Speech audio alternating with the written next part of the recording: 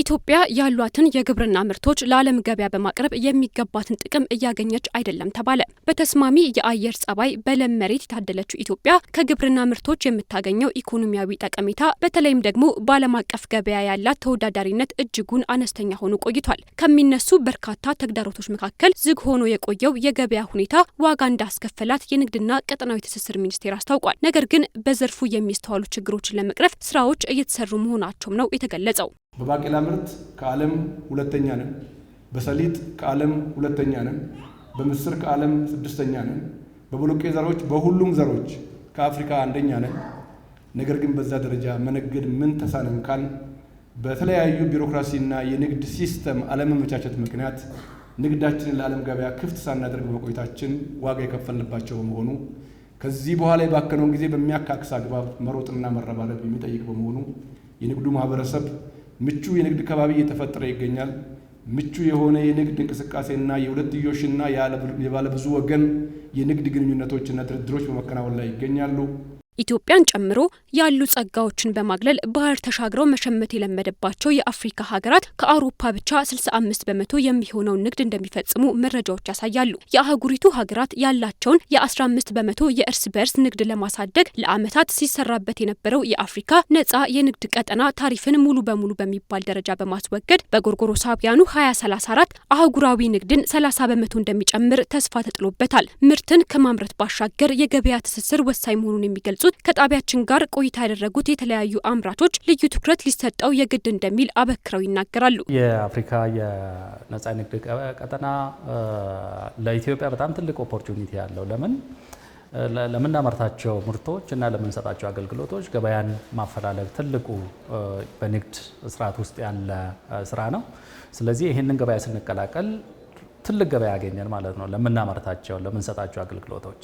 ስለዚህ አንደኛው እሱ ነው። ሁለተኛ የቴክኖሎጂ ሽግግሮች ይኖራሉ። እውቀት፣ ኤክስፒሪየንስ፣ ልምድ የምንላቸውን ያንን እናገኛለን። ምርት ማምረት በቂ አይደለም። አምርተሽ ለተጠቃሚ መድረስ አለበት። የገበያ ስራ ያስፈልጋል። ገበያ ደግሞ ኮኔክሽን ሪሌሽን ይፈልጋል። ኔትወርክ መዘርጋት ይፈልጋል። ይህን ኮኔክሽን የሚያመጣው ደግሞ ግንኙነት የሚያመጣው ምርቱን ወደ ተጠቃሚው ተደራሽ የሚያደርገው ትስስር ሲኖር ነው። ኮሚሳ በተለይ እነዚህ 6ቱ ሀገሮች ማለት ነው ምስራቅ አፍሪካ ላይ ያሉ ሀገሮች ጎማ አምራች አይደሉም። ጎማ አምራች ካልሆኑ ደግሞ እኛ ጎማ አምራች እስከሆነን ድረስ እንደ ሀገራችን የውጭ ማለት ጎረቤት ሀገሮች የእኛን ጎማ በስፋት አውቀው ጎማችን ሊጠቀሙ የሚችሉበትን በተለያዩ የኤግዚቢሽኖች በተለያዩ የዲስትሪቢዩሽን ቻናሎች ኦፊሻል በሆነ መልኩ ግንዛቤ በማስጨበጥ ቪዚት በማድረግ ስራዎችን እንሰራለን ብዬ አስባለሁ። ኢትዮጵያ የዓለም የንግድ ድርጅት አባል ለመሆን የመጨረሻዎቹ ደረጃ ላይ ስትሆን ከአፍሪካ ነጻ የንግድ ቀጠናም በተመሳሳይ ተጠቃሚ ለመሆን ተቃርባለች። መሰል እድሎች ለተፈላጊዎቹ የሀገሪቱ ምርቶች ተጨማሪ ገበያ የሚፈጥሩ መሆኑን የንግድና ቀጠናዊ ትስስር ሚኒስትሩ ካሳሁን ጎፌ ተናግረዋል። መጪው ሮብ ኢትዮጵያ በ23 ዓመታት የዓለም ንግድ ድርጅት ድርድር ሂደት 5ኛውን የስራ ላይ ቡድን ስብሰባ ወይም ድርድር ታከናውናለች። በድርድሩ በቂ ዝግጅት አድርገናል። ውጤታማ የሆነና ፍሬያማ ውጤት እንደምናገኝበት ባለሙሉ ተስፋ ነን። የኢትዮጵያን ጥቅም በሚያስጠብቅ መልኩ ሀገራችን የዓለም ንግድ ድርጅት አባል በ2026 ወይም የዛሬ ዓመት ለመግባት ቀን ከሌት ስራዎች መቀላጠፍ ላይ ይገኛሉ። ይህ የሚሆንበት ዋናው ሚስጥር ለኢትዮጵያ ምርቶች ተደማሪና ተጨማሪ ተገማች ገበያ ለመፍጠር የሚደረግ ሩጫ ነው። በእነኚህ አህጉር አቀፍና ዓለም አቀፍ ገበያዎች ብቁና ተወዳዳሪ ሆኖ መገኘት ትልቅ የቤት ስራ ነው። በመሆኑም ከመንግስት ባሻገር አምራቾች ጥራት ያለውና በዓለም ገበያ ተወዳዳሪ ምርቶችን በማቅረብ ብቁ ሆኖ መገኘት እንደሚጠበቅባቸው አጽንኦት ተሰጥቷል።